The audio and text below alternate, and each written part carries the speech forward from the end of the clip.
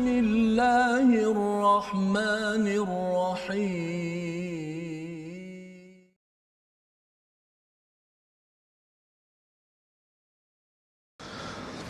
أعوذ بالله من الشيطان الرجيم بسم الله الرحمن الرحيم الحمد لله رب العالمين الرحمن الرحيم مالك يوم الدين إياك نعبد وإياك نستعين اهدنا الصراط المستقيم صراط الذين أنعمت عليهم غير المغضوب عليهم ولا الضالين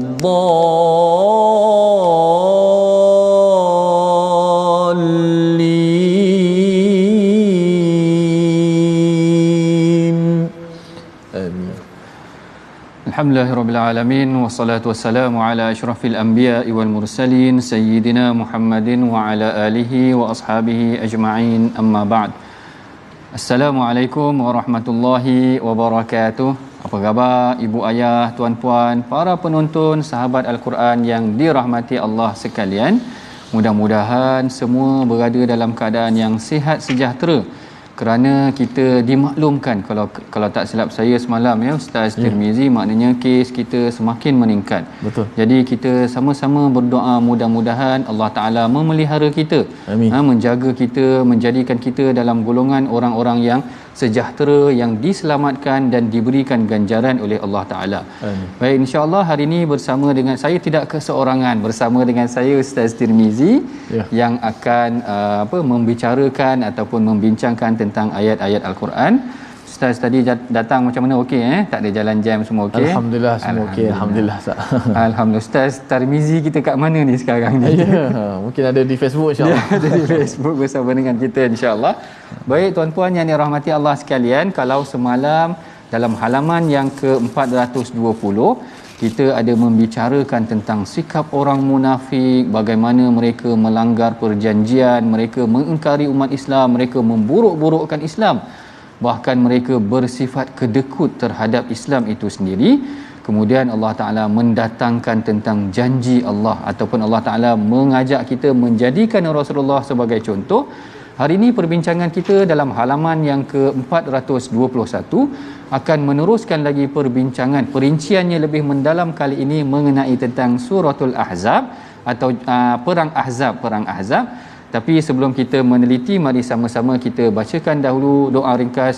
Subhanaka la ilma lana illa ma 'allamtana innaka antal alimul hakim. Rabbi zidni ilma. Baik, sebelum kita masuk kepada perbincangan pada halaman yang ke-421 ini, mari sama-sama kita bacakan dahulu sinopsis perbincangan kita pada hari ini secara umumnya. Daripada halaman yang ke-421 ini kita akan menyambung perbincangan mengenai tentang kisah perang Khandaq daripada ayat yang ke-23 sehingga ayat yang ke-27 nanti insya-Allah, dan kemudiannya pada ayat yang ke-28 hingga ayat yang ke-30 akan ada perbincangan mengenai tentang pilihan para, ataupun Allah Taala memberikan pilihan kepada para isteri Nabi antara dunia ataupun akhirat. Ini kita akan perincikan selepas daripada ini, yang mana ada berlaku sedikit insiden selepas daripada perang Khandaq. Kita kalau sempat kita akan bacakan mengenai kisahnya. Sebelum kita membicarakan lanjut, itulah secara umumnya mengenai tentang sinopsis pengajian kita pada hari ini. Sebelum kita masuk perbincangan yang lanjut, mari tuan-puan sama-sama kita bacakan ayat daripada ayat yang ke-23 hingga ke ayat 27. Boleh Ustaz? Ke panjang sangat? Boleh. Okay. Silakan Ustaz. Baik, alhamdulillah, terima kasih Fadilah Profesor Mulia Dr. Ahmad Sanusi yang telah berikan mukadimah kepada kita, gambaran muka surat yang ke-421 yang akan kita baca sebentar nanti. Alhamdulillah semalam Kita ada baca satu ayat yang sentiasa kita baca bila tiba yang bulan Ramadan Rasul ataupun setiap masa, iaitu Allah Ta'ala mentionkan, Allah beritahu kepada kita bahawa Rasulullah itu adalah teladan ikutan yang paling baik, yang terbaik, yang seharusnya sewajibnya kita menjadikan kita sebagai idola ikutan kita sepanjang zaman, Rasulullah sallallahu alaihi wasallam, kerana kita mengharapkan pertemuan yang baik, pertemuan yang diridai oleh Allah Subhanahu wa taala. Jom kita mulakan ayat yang ke-23 hingga 27 surah Al-Ahzab. Bayati insya-Allah. A'udzu billahi minasyaitonir rajim. Bismillahirrahmanirrahim. Minal mu'minina rijal minal mu'minina rijalun sadaqu ma 'ahadullaha 'alaihi faminhum man qada nahbahu wa minhum man ينتظر وما بدلوا تبديلا ليجزي الله الصادقين بصدقهم ويعذب المنافقين إن شاء أو يتوب عليهم إن الله كان غفورا رحيما ورد الله الذين كفروا بغيظهم لم ينالوا خيرا وكفى الله المؤمنين القتال وكان الله قويا عزيزا وأنزل الذين ظاهروهم من أهل الكتاب من صياصيهم وقذف في قلوبهم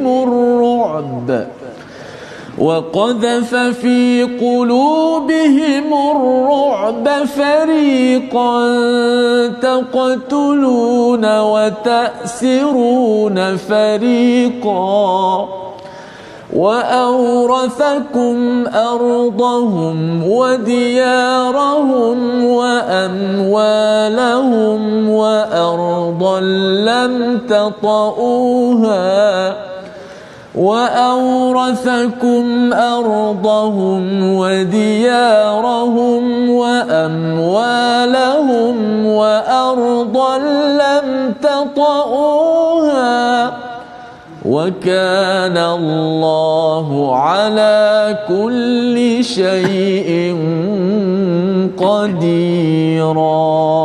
Sadaqallahul azim. Sadaqallahul azim. Di antara orang-orang mukmin itu ada orang-orang yang menepati apa yang telah mereka janjikan kepada Allah, dan di antara mereka ada yang gugur, dan ada di antara mereka pula yang menunggu-nunggu, dan mereka sedikit pun tidak mengubah janji mereka.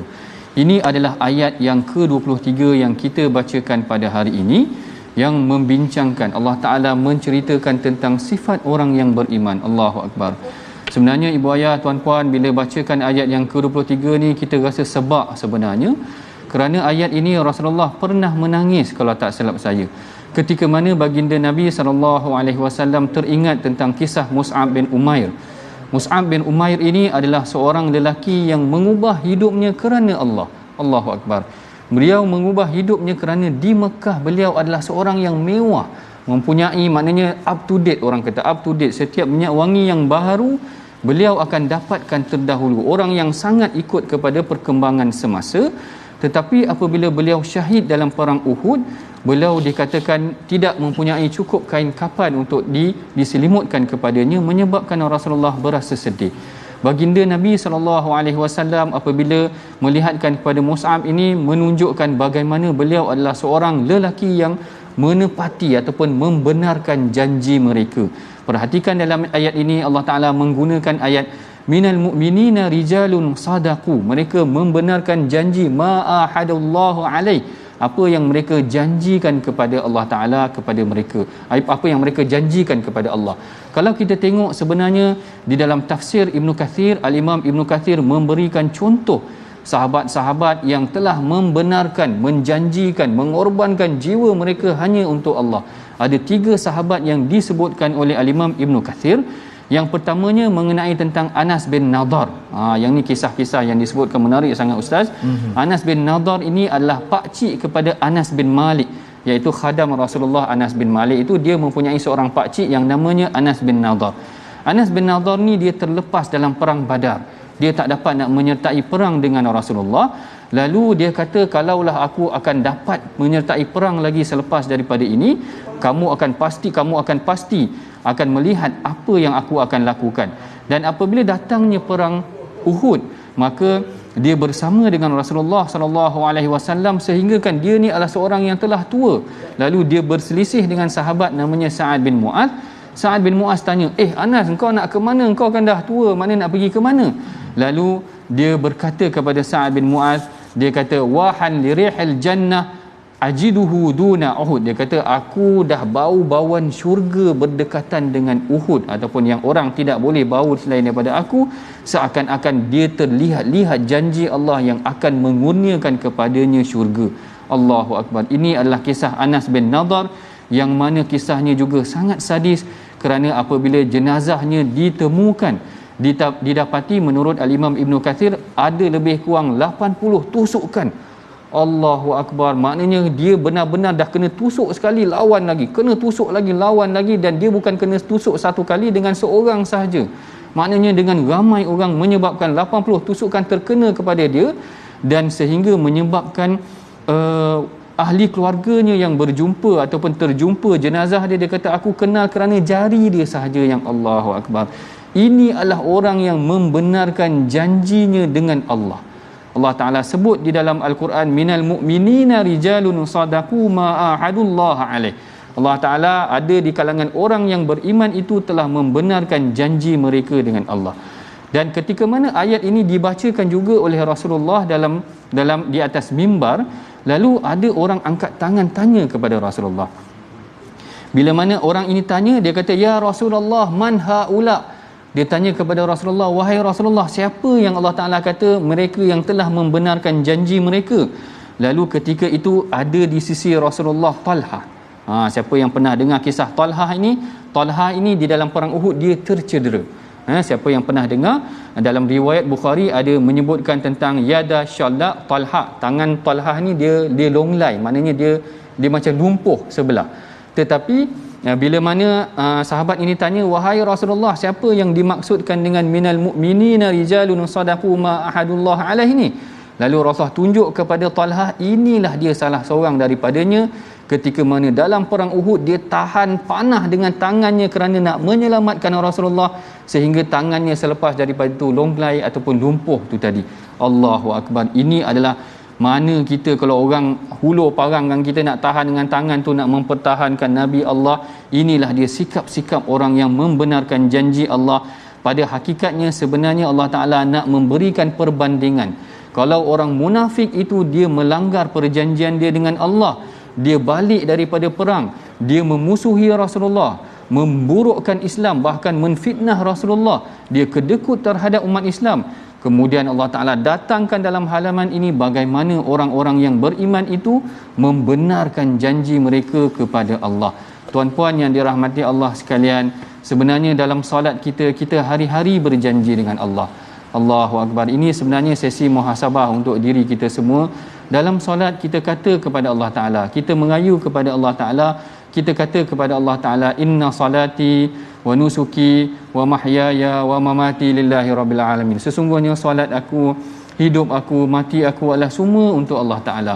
Tapi kadang-kadang dalam hidup kita banyak melakukan dosa, kita banyak melakukan perkara yang bercanggah dengan syariat. Maka kembalilah kita bertaubat dan memohon ampun kepada Allah Ta'ala. kerana sebenarnya kita berjanji dengan Allah setiap hari. Kita mesti jadikan surah Al-Ahzab ini yang kita baca, yang kita bacakan ayat pada hari ini, bagaimana melihat orang-orang yang beriman itu mereka membenarkan janji mereka dengan Allah. Manakala ayat yang ke-24, ayat yang ke-24 Allah Taala mengangkat golongan yang membenarkan janji mereka kepada Allah. Yang ni yang Allah Taala katakan liyajziyallahu as-sadiqina bisidqihim. Ini adalah semoga Allah memberikan balasan kepada orang-orang yang benar itu kerana kebenarannya, dan Allah mengazab orang munafik jika dia kehendaki dan atau menerima taubat mereka. Perhatikan bagaimana kalau kita telah melakukan kesilapan, sebenarnya Allah Taala masih lagi memberikan ruang kepada kita. Dekat ayat ini, walaupun orang munafik telah melakukan banyak kesalahan, onar, memusuhi Rasulullah, memburukkan Islam, tetapi Allah Taala masih lagi memberi peluang. Allah Taala kata au yatuba alaihim. Allah Taala masih lagi boleh membuka ruang untuk mengampunkan mereka. Begitulah juga kita, ibu ayah, tuan-puan, sahabat Al-Quran sekalian, kalau kita melakukan dosa, kita memohon ampun kepada Allah. Kita mengembalikan hak-hak orang yang telah kita zalimi. Kalau kita ada zalim kepada orang lain, kita kembalikan semula hak mereka, kerana itu adalah sebahagian daripada syarat taubat. Kalau kita buat dosa dengan orang lain, dengan Allah Ta'ala, kita boleh ampun dosa dengan Allah Ta'ala, Ustaz, ya? Kalau kita buat dosa dengan orang ni, memang kita kena mohon ampun kepada dia. Kemudian dalam ayat yang seterusnya, Allah Ta'ala memperincikan lagi mengenai tentang perang Ahzab ini. Allah Ta'ala kata waraddallahu alladhina kafaru bighaidhihim lam yanalu khaira. Allah Ta'ala kata dan Allah menghalau orang-orang kafir yang penuh dengan kejengkelan. Yang ni sebenarnya sangat menarik ayat yang ke-25 ini. Seperti mana yang pernah kita bincangkan sebelum ini, sebenarnya perang Ahzab ini adalah kemuncak peperangan. Sebab apa kemuncak peperangan? Kerana Al-Imam Ibnu Ishaq, Al-Imam Ibnu Ishaq menyatakan, dia kata lepas daripada perang Khandaq ataupun lepas daripada perang Ahzab, orang Islam itu dah tidak diserangi, kerana memang kemuncak mereka menunjukkan seluruh orang yang berada di sekeliling Mekah dan seluruh tanah Arab tu menyerang Madinah, mereka tidak berjaya mengalahkan Madinah. Akhirnya seperti mana yang diriwayatkan juga oleh Al-Imam Ahmad, Rafah kata al-ana naghzuhum wala yaghzuna. Sekarang ni kita pula serang mereka dan bukan mereka menyerangi kita. Ini tengok bagaimana janji Allah. Allah Taala menyebutkan dalam Al-Quran. Allah Taala kata waraddallahu alladhina kafaru bighaidhihim lam yanalu khaira. Dan Allah menghalau orang-orang kafir, tak berjaya mereka nak masuk ke Madinah, sekalipun bilangan umat Islam hanyalah 3,000 orang sahaja. Sedangkan tentera bersekutu, tentera Ahzab itu mempunyai seramai 10,000 orang, tetapi dengan kekuatan dan kekuatan jiwa, bantuan daripada Allah Ta'ala, Allah Ta'ala berjaya mengusir orang-orang kafir ini. Dan Allah Ta'ala sebutkan bagaimana perincian mereka ditakutkan, ataupun tentera Allah yang tidak nampak. Dalam ayat yang sebelum ni, dalam ayat yang ke-9 kita pernah ceritakan bagaimana Allah Ta'ala menghantar fa'arsalna alaihim rihan wa junudan lam tarauha. Allah Ta'ala menghantar angin. Angin ni sebenarnya Ustaz boleh jadi tentera Allah juga. Elemen-elemen udara dan bumi ni, betul. Angin, Allah, air, tanah, apa lagi, api, dia boleh jadi elemen yang menjadi tentera Allah. Yang kadang-kadang mungkin tentera musuh tak perasan, dia dah serang melalui kapal terbang, tapi angin yang menyebabkan kabus berlaku, serangan tak berlaku. Macam-macam kadang-kadang hikmah bagaimana tentera Allah ini diutuskan dalam keadaan yang tidak disangka. Orang dah nak jatuhkan bom dah ke atas tentera orang Palestin ataupun Afghanistan, Mujahidin dan sebagainya, tiba-tiba Allah Ta'ala hantarkan angin menyebabkan mungkin berlaku malfunction, tidak berfungsi bom tersebut. Mungkin juga adalah sebahagian daripada tentera Allah. Allah Ta'ala perincikan dalam suratul Ahzab. Allah Ta'ala kata wa anzalal ladzina zaharuhum min ahlil kitabi min sayasihim wa qadhafa fi qulubihim ar-ru'b. Allah Ta'ala kata Allah Ta'ala telah menurunkan orang-orang yang di kalangan ahli kitab, orang-orang Bani Quraizah, Yahudi Bani Quraizah yang mengkhianati tersebut, dan Allah Ta'ala mencampakkan rasa takut. Campak rasa takut ni rupanya sebenarnya adalah sebahagian daripada strategi juga. Maknanya kalau kita nak menyebabkan musuh rasa tak confident, kita boleh buat satu strategi yang menyebabkan musuh tengok rasa gentar. Ini salah satu barangkali kekuatan tentera ataupun kekuatan yang telah diutuskan oleh Allah Ta'ala untuk mengucah-ngacirkan tentera orang kafir yang akhirnya dalam perang Ahzab yang luar biasa ini mereka telah tewas. Dan sebelum kita melanjutkan lagi perbincangan kita, mari tuan-puan kita sama-sama saksikan perkataan pilihan kita pada hari ini dalam ayat yang kita telah bacakan, iaitu perkataan nahaba. Nahaba ni membawa maksud menangis yang disebut satu kali dalam Al-Quran, ataupun juga di dalam penjelasan ataupun terjemahan yang kalau kita tengok di dalam Quran yang ada kita pada hari ini, nahbah, perkataan nahbah ni juga membawa maksud janji. Qada nahbahu membawa maksud janji ataupun juga membawa maksud tangisan tersebut. Dan al-Imam, kalau tidak silap saya, Syekh Tantawi menyebutkan nahbah ini adalah nazar.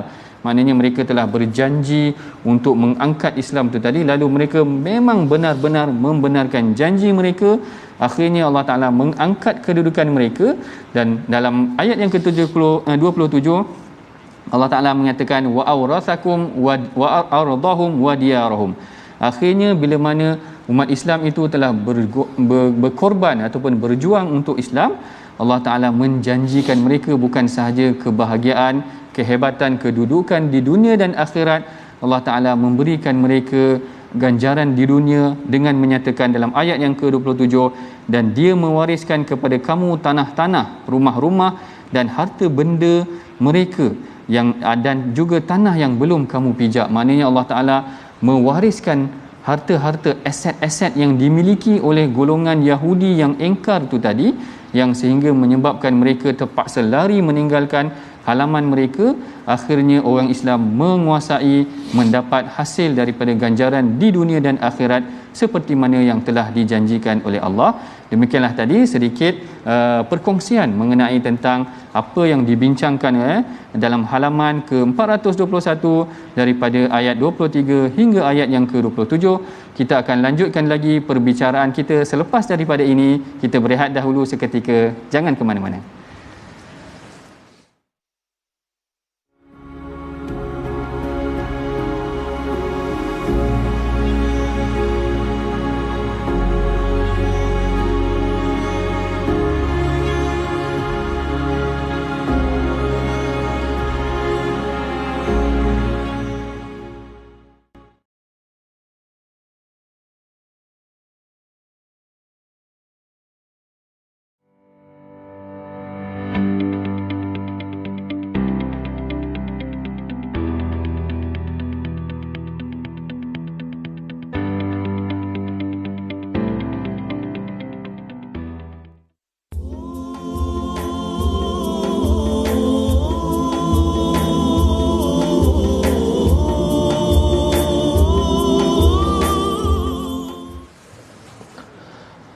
الشيطان الرجيم من المؤمنين رجال صدقوا ما عاهدوا الله عليه فمنهم من قضى نحبه ومنهم من ينتظر وما بدلوا تبديلا. Di antara orang-orang mukmin itu ada orang-orang yang menepati apa yang telah mereka janjikan kepada Allah, dan di antara mereka ada yang gugur, dan ada di antara mereka pula menunggu-nunggu, dan mereka sedikit pun tidak mengubah janji. Alhamdulillah, terima kasih kepada semua penonton-penonton, sahabat-sahabat Al-Quran terus setia dalam My Quran Time baca faham Alman. Alhamdulillah, sebelum kita nak menghabiskan bahagian kedua, 3 ayat lagi, ayat 28 hingga 30 yang menceritakan tentang Nabi SAW dan isteri-isteri baginda. Disebut sebagai ya ayuhan nabi, dipanggil wahai nabi. Allah Subhanahu wa taala berbicara, insya-Allah akan dicerahkan panduan untuk sama-sama kita ambil pengajaran dalam kehidupan kita sebenarnya melalui ayat-ayat Allah Subhanahu wa taala. Jom kita ngaji sikit tajwid pada hari ini berkenaan dengan kalimah-kalimah pilihan kita daripada contoh dalam surah Al-Ahzab ini, iaitulah ayat wa awrathakum ardahum wa diyarahum wa amwalahum wa ardan lam tata'uha kalau kita lihat ayat ini, jarang ayat ni kalau kita jumpa dalam Quran perkataan-perkataan dia, maka dijelaskan sebutan pada kalimah di atas. Sama-sama kita jelaskan. Wa awrathakum ardahum wa diyarahum wa amwalahum wa ardan lam tata'uha. Yang pertama tu kalimah-kalimah dia. Kum, hum, wa diyarahum wa amwalahum. Di hujung tu wa ardan lam tata'uha. Cuma kita fokus sedikit di kalimah yang terakhir. Tata'uha. Ada huruf ta, kemudian ada huruf ta, yang mana kita tahu huruf ta dan ta ni berada pada makhraj yang sama. Hujung lidah berada di belakang gigi atas athanaya al-ulya, dekat gusi pengikat gigi tu. Ta ta makhraj sama, maka lidah itu, hujung lidah tu berada pada tempat yang sama, cuma beza pada sifat. Ta itu nipis. Lam ta, tak boleh kita baca lam tata'uha. Ni mungkin kesalahan yang mudah berlaku. Dua-dua jadi ta, doktor. Dua-dua disebut ta. Lam tata'uha. Kerana dia tengok ta, dia takut dah ta tu, maka ta pun jadi ta juga. Ataupun huruf ta tu jadi macam ta. Dua-dua ta. Lam tata'uha pun salah, lam tata'uha pun salah. Kita bagikan hak-haknya. Sini masalah pada dia punya isunya sifat. Ta itu walaupun sama makhraj dengan ta, tapi sifatnya beza. Ta nipis, ta. Ta itu tebal, ta. Wa ardan lam tata, wa ardan lam tata'uha. Kita tebalkan. Lam, ta kita nipiskan, lepas tu kita naikkan suara ta tebal. Wa ardan lam tata'uha, wa ardan lam tata'uha, lam tata'uha. Orang Arab ni, doktor, dia cukup menjaga huruf-huruf tebal dan nipis. Bila nipis dia akan datarkan, bila tebal dia akan tinggikan. Maka bunyi tu menarik sifat huruf tebal dan nipis tu, doktor. Wallahu a'lam. Wallahu alam. Terima kasih Ustaz Tirmizi atas penjelasan mengenai tentang sifat huruf yang selalu kita tekankan agar sebenarnya bacaan kita ni memang menepati seperti mana yang dibacakan oleh Rasulullah. Ini mudah-mudahan ini mudah-mudahan kita dapat membaca ataupun menyebut ayat-ayat Al-Quran itu dengan sebenarnya. Baik, kita akan meneruskan lagi perbincangan kita pada ayat yang ke 28 hingga ayat yang ke-30.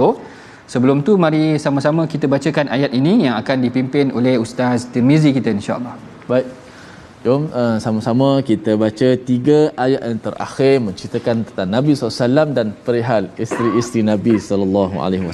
Jom sama-sama kita baca. A'udzu billahi minasy syaithanir rajim. Bismillahirrahmanirrahim. يا أيها النبي قل لأزواجك إن كنتن تردن الحياة الدنيا وزينتها إن كنتن تردن الحياة الدنيا وزينتها فتعالين أمتعكن وأسرحكن سراحا جميلا وإن كنتن تردن الله ورسوله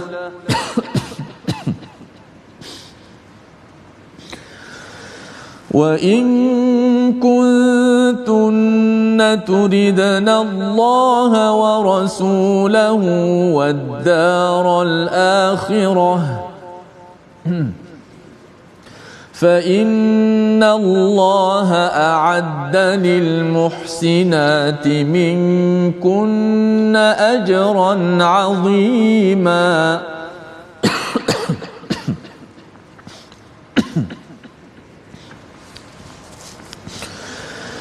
يا نساء النبي من يأت منكن بفاحشة مبينة يضاعف لها العذاب ضعفين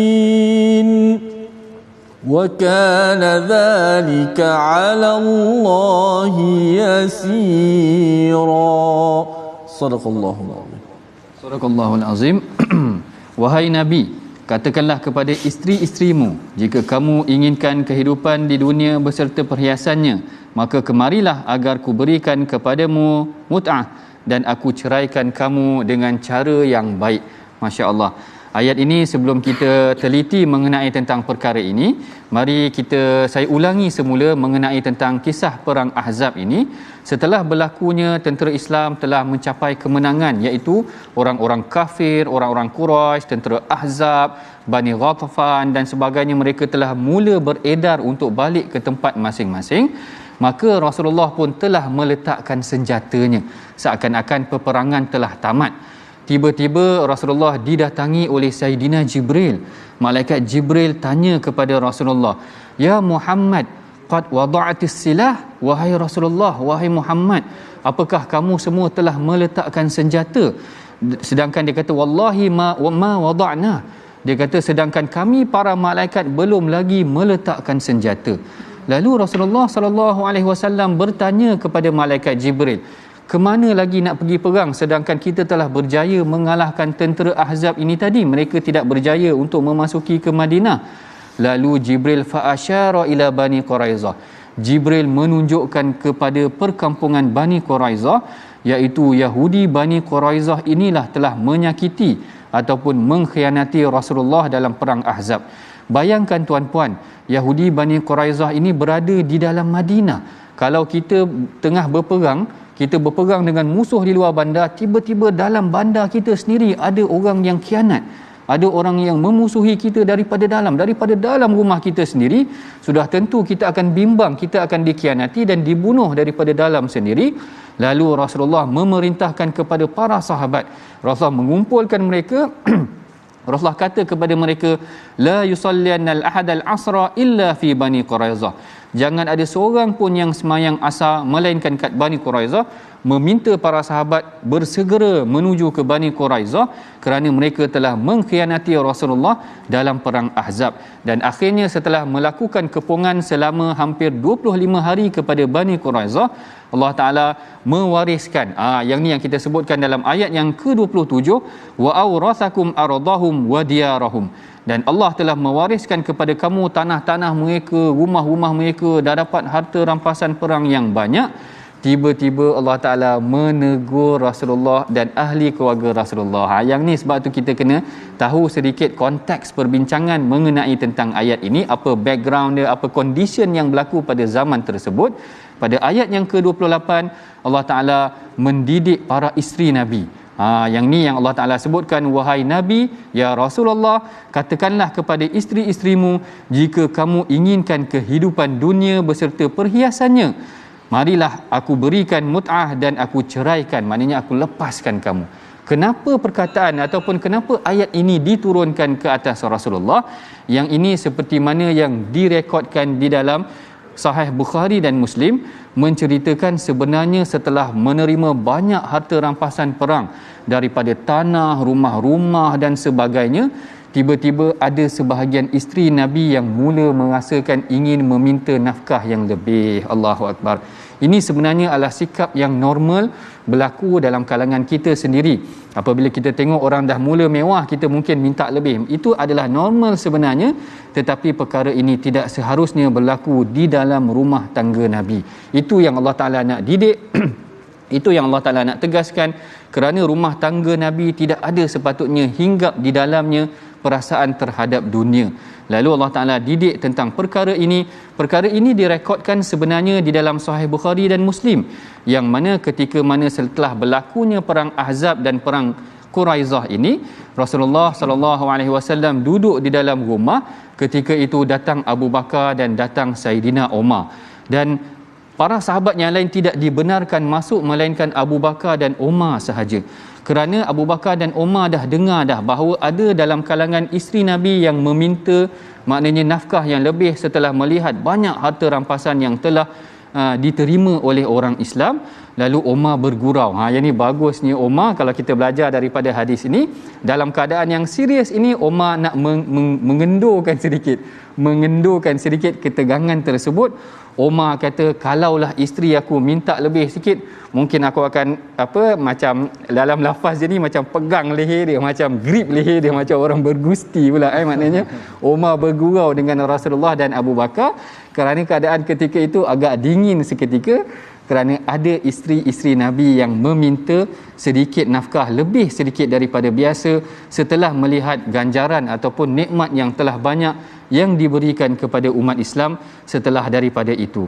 Lalu Rasulullah pun berkata kepada Umar dan Abu Bakar, Rasulullah kata, "Hunna hauli kama tarau yas'alunanin nafqah." Lalu Rasul kata, korang tengok ni, isteri-isteri aku ada di sekeliling aku dan dia meminta sedikit nafkah yang lebih daripada sebelum ini.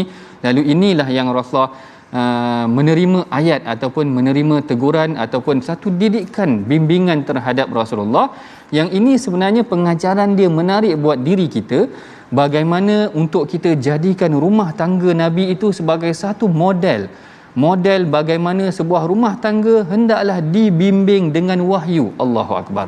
Tengok bagaimana rumah tangga Nabi, sehingga dalam bab urusan keduniaan, urusan nafkah, urusan sebagainya, Allah Ta'ala bimbing dia dan Rasulullah menjadikan wahyu itu sebagai bimbingan terhadap rumah tangga baginda Nabi SAW.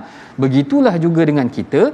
Jangan kita hanya baca Al-Quran sahaja, kemudian kita tidak jadikan Al-Quran ini sebagai bimbingan dalam kehidupan berkeluarga kita. Sepatutnya kita jadikan Al-Quran ini bukan sekadar bacaan, bukan sekadar menonton, tetapi juga sebagai bimbingan dalam kehidupan berkeluarga. Banyak sangat sebenarnya panduan yang diceritakan oleh Allah Ta'ala dalam Al-Quran mengenai tentang ayat-ayat kekeluargaan, ayat-ayat kekeluargaan. Dan kalau boleh, mungkin Ustaz Tirmizi boleh bantu saya, kita bacakan sedikit mengenai tentang ayat yang ke-30, bagaimana Allah Ta'ala memberikan ancaman kepada para isteri Nabi sekiranya mereka melakukan kesalahan dalam keputusan mereka. Baik, kita pasak ayat 30. Sebelum tu ada penonton-penonton di Facebook, ada juga yang bertanya mana Ustaz Fazrul, masih berehat lagi ke? Jadi Ustaz Fazrul masih lagi berehat, dan kita doakan supaya Ustaz Fazrul kembali sihat dan dapat bersama kita dalam My Quran Time, insya-Allah. Dan kita teruskan kita kata perjuangan My Quran Time ni pada setiap hari, insya-Allah. Mudah-mudahan Allah Taala beri kesembuhan segera pada Ustaz Fazrul sekeluarga. Kita doakan, Allahumma amin. Okey. Baik, kita nak pasak ayat yang ke-30. Ya nisa an-nabi. Sejuk-sejuk sikit Sanusi ya. Sejuk sekali ni. Gatal tekuk orang kata. Okey. A'udzubillahi minasyaitonir rajim. Ya nisa an-nabi man ya'ti minkunna bi fahishatin mubayyinatin yudha'af laha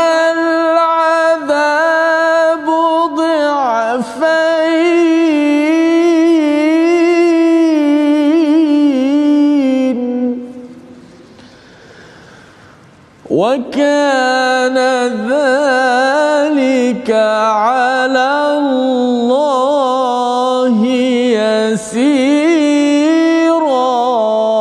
Sadaqallahul azim. Sadaqallahul azim. Ayat yang ke-30, Allah Ta'ala berfirman, wahai isteri-isteri Nabi, jika ada di antara kamu yang mengerjakan perbuatan keji yang nyata, niscaya azabnya akan dilipat kali ganda sebanyak 2 kali kepadanya. Demikian itu mudah bagi Allah. Perhatikan, ini yang kita nak ceritakan tadi, bagaimana Allah Ta'ala memelihara rumah tangga Nabi, sehingga kan dalam keputusan ataupun peraturan yang berlaku di dalam rumah tangga Nabi, Allah Ta'ala memberikan didikan secara direct kepada Rasulullah sallallahu alaihi wasallam dan para isteri Nabi. Dan inilah yang seperti yang kita sebutkan tadi, bagaimana seharusnya kita menjadikan Al-Quran bimbingan dalam kekeluargaan seperti mana Rasulullah menjadikan perkara tersebut sebagai bimbingan. Ini perkara yang pertama. Perkara yang kedua juga menarik untuk kita fikir-fikirkan bersama, bagaimana sebenarnya Al-Quran ini bukanlah satu perkara yang dicipta oleh Rasulullah sallallahu alaihi wasallam. Ini kerana ada sebahagian manusia yang merasakan Al-Quran ini hanyalah dikarang oleh Muhammad. Ada dalam ayat Al-Quran sendiri ada menceritakan bagaimana sebenarnya mereka menjangkakan Muhammad yang menulis Al-Quran. Kalau kita menulis Al-Quran, kita tak cerita urusan rumah tangga kita dalam Al-Quran. Kalau kita ada masalah dengan isteri kita, sepatutnya kita tak cerita perkara-perkara yang buruk-buruk ni dalam Facebook. Kerana kita tak nak orang tahu, kita hanya cerita yang baik-baik sahaja. Tetapi tinggi kedudukan Rasulullah sehinggakan seluruh hidupnya bersama dengan isterinya diceritakan di dalam Al-Quran. Dan ini menunjukkan Al-Quran bukanlah sesuatu yang dikarang oleh Rasulullah sendiri, bahkan ia adalah wahyu yang menunjukkan perkara yang berlaku dalam rumah tangga Nabi turut diceritakan oleh Allah Ta'ala di dalam Al-Quran, yang menjadikan kita bagaimana seharusnya kita menjadikan rumah tangga Nabi dan juga Rasulullah tu sebagai ikutan. Setiap kali Rasulullah buat satu perkara, kita hendaklah ikut, jangan kita menyalahi Rasulullah sallallahu alaihi wasallam. Dan kemudian suka juga untuk saya ingatkan dalam ayat yang ke-30 ini, Allah Ta'ala mengingatkan kepada para isteri Nabi, sekiranya andai berlaku dalam kalangan mereka melakukan kesilapan, maka balasan mereka adalah 2 kali ganda. Pelik juga dekat sini, kenapa pula kalau orang lain buat kesalahan 1 kali ganda kesalahan saja, tapi kalau isteri Nabi buat kesalahan Allah Ta'ala bagi azab 2 kali ganda. Ini sebenarnya diceritakan oleh Al-Imam Syekh Tantawi menceritakan, dia kata kerana para isteri Nabi ini di dalam rumah tangga Nabi, di dalam rumah mereka lah diturunkan Al-Quran, dan mereka mengetahui tentang ayat-ayat Al-Quran. Jadi mengapa dan bagaimana orang yang mengetahui ini masih lagi melakukan kesalahan? Lalu Allah Ta'ala berikan teguran. Andai mereka melakukan kesalahan, maka mereka akan dikenakan azab 2 kali ganda kerana mereka telah tahu tentang perkara tersebut. Dia sama macam orang yang tahu melakukan kesalahan tetapi masih melakukan kesalahan, maka dia dikenakan hukuman yang mungkin lebih berat. Macam orang bawa kereta, dia langgar lampu merah kena tahan dengan polis. Polis tanya, kenapa langgar lampu merah? Tahu tak tadi lampu merah? Tahu lampu merah. Habis kenapa langgar? Kerana sengaja dan tahu, maka mungkin dia kena denda yang penalti yang tak boleh didapatkan diskaun kepadanya. Tetapi kalau sekiranya dia langgar, dia tak perasan, dia mengantuk, polis tanya, kenapa langgar? Saya mengantuk tuan, dan sebagainya. Tak apalah, tak perasan agaknya, mungkin ada kelonggaran sedikit dekat situ. Itulah perumpamaannya, orang yang buat salah dalam keadaan yang tahu dan orang yang buat salah dalam keadaan yang tidak tahu. Jadi dalam rumah tangga Nabi, Al-Quran itu diturunkan. Mereka menyaksikan bagaimana ayat-ayat itu diturunkan kepada Rasulullah, keadaan dia bagaimana stresnya Rasulullah ketika mana menerima ancaman dengan orang kafir. Akhirnya Allah Ta'ala memberikan didikan kepada Rasulullah dan juga para isteri Nabi agar mereka tidak menyakiti Allah dan Rasul, dan agar mereka menjadi qudwah. Kan sebelum ni kita dah ceritakan tentang uswah. Contoh rumah tangga yang terbaik ini bukan sekadar Rasulullah sahaja yang menjadi contoh, tetapi ahli baitin Nabi, iaitu ahli keluarga Rasulullah itu sendiri menjadi contoh ikutan terhadap diri kita. Banyak sebenarnya hadis-hadis yang boleh kita pelajari mengenai tentang rumah tangga Nabi.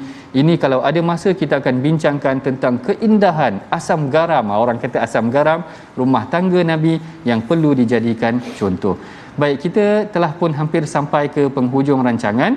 Kita telah pun baca daripada ayat yang ke-23 sehingga ayat yang ke-30. Mari sama-sama kita perhatikan resolusi pengajian kita pada hari ini, apa yang boleh kita praktikkan. Yang pertamanya, kita hendaklah sentiasa mengutarakan janji kita kepada Allah untuk berjuang. Kita hari-hari sebut dah mengenai tentang perkara ini. Yang keduanya, kita hendaklah yakin Allah yang menakutkan orang kafir apabila orang beriman menunaikan janji tetap berjuang. Sebenarnya bila kita telah mengukuhkan janji kita kepada Allah, Allah Ta'ala akan campakkan rasa takut kepada orang kafir. Dan yang ketiganya, kita hendaklah buat pilihan yang jelas kepada pasangan. Yang ni telah kita ceritakan tadi dalam ayat ke-28 sampai ayat ke-30 sebenarnya. bagaimana perlu kita buat pilihan yang jelas kepada pasangan, habuan dunia atau terus untuk berjuang menuju akhirat. Ini adalah resolusi yang telah kita simpulkan daripada pengajian kita dalam halaman yang ke-421. Sebelum kita mengakhiri perbincangan kita, mari sama-sama tuan-puan kita bacakan doa yang akan dipimpin oleh Ustaz Tirmizi kita. Silakan Ustaz. Bismillahirrahmanirrahim. Alhamdulillahirabbil alamin wassalatu wassalamu ala asyrafil anbiya'i wal mursalin wa ala alihi wa sahbihi ajma'in. Ya Allah, ya Tuhan kami, rezekikanlah kepada kami untuk sentiasa kami mengikuti sunnah Nabi kami Muhammad sallallahu alaihi wasallam. Perkataan dan perbuatan baginda, ya Allah. Ya Allah, jadikanlah Al-Quran yang kami baca benar-benar masuk ke dalam hati sanubari kami, ya Allah, untuk kami amalkan isi kandungan-Mu, ya Allah. Allahumma shfi mardana, Allahumma shfi mardana, ya Allah, sembuhkanlah orang-orang yang sakit di kalangan kami, ya Allah. Serta Kau sembuhkanlah guru kami Ustaz Fazrul, sembuhkanlah beliau, ya Allah, daripada ujian ini, ya Allah. Dan berilah kekuatan dan kesabaran kepadanya, ya Allah. Ya Allah, ya Tuhan kami, ampunkanlah dosa-dosa kami, ya Allah. Berilah kebaikan kepada kami, ya Allah. Dan berilah petunjuk hidayah-Mu kepada kami, ya Allah. Amin ya rabbal alamin. Walhamdulillahi rabbil alamin. Alhamdulillah, itulah mudah-mudahan Allah Subhanahu wa taala memberikan kepada kita kekuatan untuk terus kita belajar ilmu Al-Quran. Dan muka surat 421 tadi kita dah belajar satu muka surat, bagaimana kita ambil pengajaran juga daripada cerita kisah isteri-isteri baginda Nabi sallallahu alaihi wasallam. Dan juga untuk itu seperti biasa kita infak dan juga wakaf kepada gerakan tabung gerakan Al-Quran. Bersama-sama kita menyumbang dalam pembangunan Al-Quran, insya-Allah. Dan seperti biasa saksikan My Quran Time malam ini jam 10 dan juga pagi jam 6 pagi. Dan bertemu kita kembali dalam My Quran Time, baca faham amal. Assalamualaikum warahmatullahi wabarakatuh.